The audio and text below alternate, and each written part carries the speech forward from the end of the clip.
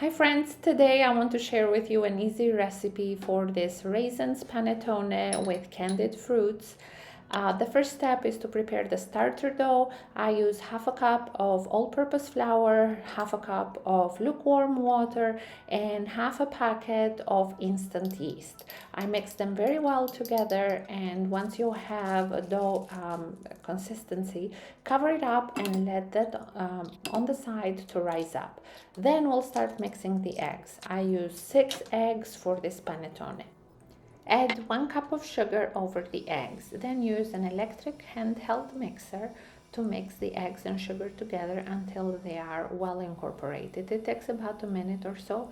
Then you can start adding 1 tablespoon of vanilla extract, 1 stick of unsalted butter. You have to keep the butter at room temperature or maybe give it a few seconds on the microwave to soften it up. Once you're done mixing the butter, sugar, and eggs, that's when you add the remaining of instant yeast on milk. I use half a cup of warm milk. This will help the instant yeast dissolve. Also, I measure 4 cups of all-purpose flour and I add a pinch of salt, mix it up, and set that on the side as well. We'll go back to the eggs, sugar, and butter mix, and we'll add in it the milk mixer with instant yeast. While I hold the electric handheld mixer on one hand, I start scooping up all-purpose flour from the pre-measured bowl and adding it to the mixing bowl. I do this slowly so I can incorporate the flour very well inside the dough that I'm creating. Don't keep the speed of the electric or handheld mixer too high because it will splatter the dough everywhere. I stop mixing about halfway through adding the flour in, and then I start pouring in the liquor from the golden raisins. So what I do is a few hours before I make the panettone, I add my orange liquor over the golden raisins. They will absorb the liquor in it. But the remaining liquor, I still add it into the panettone mix. Then I continue adding the all-purpose flour in. Continue incorporating all the flour mix in. Once you are done with that, turn off the electrical handheld mixer, and then you can start adding in the starter dough. Look how bubbly it looks. It has risen perfectly, and this will help the panettone grow tall. Mix the starter dough in, then you can start adding the zest from 1 navel orange. Make sure you wash the orange well before adding the zest in the panettone mix. Incorporate that into the dough as well. Now it's getting harder to mix, so if your dough is a little bit thicker than mine, you can even switch to a spatula at this point. Then I cover the bowl with plastic wrap and I let it rise for about an hour. If you have a warm kitchen, an hour should be more than enough, but if you live in a cold place, then maybe you need to give it a little bit more time than 1 hour.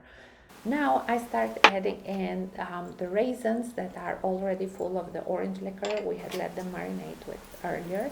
Then you can add other candied fruits, oranges, pineapple, apricots, just add anything that you like flavor wise. Just make sure it's real candied fruit instead of just sugar gummies that have the shape of, like, let's say apricot or orange.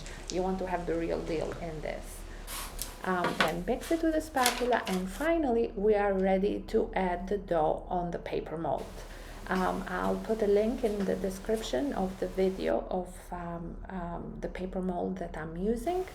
Pour all the dough in the paper mold. You can use your hands to shape it a little bit into a round form in case your mold has been a little bit folded earlier and it doesn't have the perfect shape. But it tends to go back to the round shape by itself most of the time. Make sure you scrape the bowl with a spatula really well. You need every last bit of the dough, and then flatten it a little bit on top with a spatula and let it do its magic and rise. This will take some time. Be patient. It's not the same time in every kitchen. It can take an hour in one place, 2 hours in another place. You just need this dough to rise over the edge of the paper mold. Once that is ready, then the panettone is ready to bake. I usually use a baking tray with some parchment paper and put it on top. I start baking at 400 degrees Fahrenheit. Make sure to preheat your oven. Then I lower it, once it gets some color on top, I lower it at 350. I might even put an aluminum foil on top so it doesn't burn on top. But it takes about an hour to bake the whole thing. Once it's baked, you don't want it to collapse on itself, so you need to hang the panettone upside down. Professional places have racks where they hang the panettone. I don't have a professional setup, but what I do, I use bamboo skewers and I hang it over 2 kitchen containers, and that does its job. Finally, I garnish my panettone with confectioner's sugar. You can use different garnishes, and you're ready to cut and serve it with your favorite coffee, hot chocolate, or any other Christmas or holiday drinks. We love this panettone in my house. We usually make either this Raisins Panettone or a chocolate chip panettone, and my kids are so happy. They ask for it starting from November. So I'm so happy for another holiday season so we can bake more panettones. And I hope you enjoyed my recipe. Please subscribe for more recipes, and let me know in comments if you liked it and how you make your panettone. Thank you and happy holidays.